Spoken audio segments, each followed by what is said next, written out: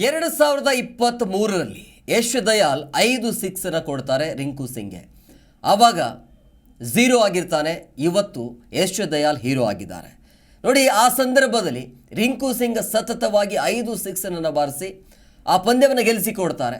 So ಅದೇ repeat ಆಗಬಹುದು ಅಂಥೇಳಿ ನಿರೀಕ್ಷೆ ಇತ್ತು ಭಾಳಷ್ಟು ಜನರಿಗೆ. ಆದರೆ ಇಲ್ಲಿ ಮಾತ್ರ ಯಶ್ ದಯಾಲ್ ಹೀರೋ ಆಗಿರುವಂಥದ್ದು. ಕೇವಲ 7 ರನ್ ಮಾತ್ರ ನೀಡ್ತಾರೆ. ಮೊದಲ ಬಾಲ್ 6 ಹೋಗುತ್ತೆ, ತದನಂತರ ಕಮ್ಬ್ಯಾಕ್ ಮಾಡಿದ್ದು ಇದೆಯಲ್ಲ ಅದ್ಭುತ.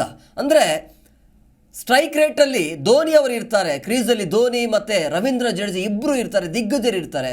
ಅವರ ವಿರುದ್ಧ 17 ರನ್ ಡಿಫೆಂಡ್ ಮಾಡ್ತಾರಲ್ಲ, ನಿಜವಾಗ್ಲೂ ಕೂಡ ಅವರ ಕಮ್ಬ್ಯಾಕ್ ಅದ್ಭುತವಾಗಿತ್ತು. ಆವತ್ತಿನ ದಿನ ಎಲ್ಲರೂ ಕೂಡ ಬೈತಾ ಇದ್ರು. ಬಟ್ ಇವತ್ತು ಈ ಪಂದ್ಯ ಗೆಲ್ಲೋದಕ್ಕೆ ಪ್ರಮುಖ ಪಾತ್ರ ಯಶ್ ದಯಾಲ್. ಹಾಗಾಗಿ ಅಂದಿನ ದಿನ ಝೀರೋ ಇದ್ದ, ಇವತ್ತು ಹೀರೋ ಆಗಿದ್ದಾನೆ.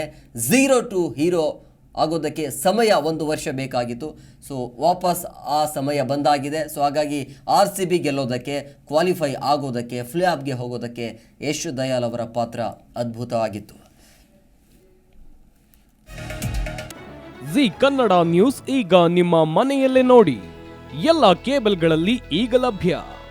ಸನ್ Direct 292, Jio TV 1334, U digital 162, city cable 51, GTPL 17, Abhishek cables 821, rock line telecommunication 51, Shri Basaveshwara number 60, Vinayaka digital number 53, in digital number 896ರಲ್ಲಿ.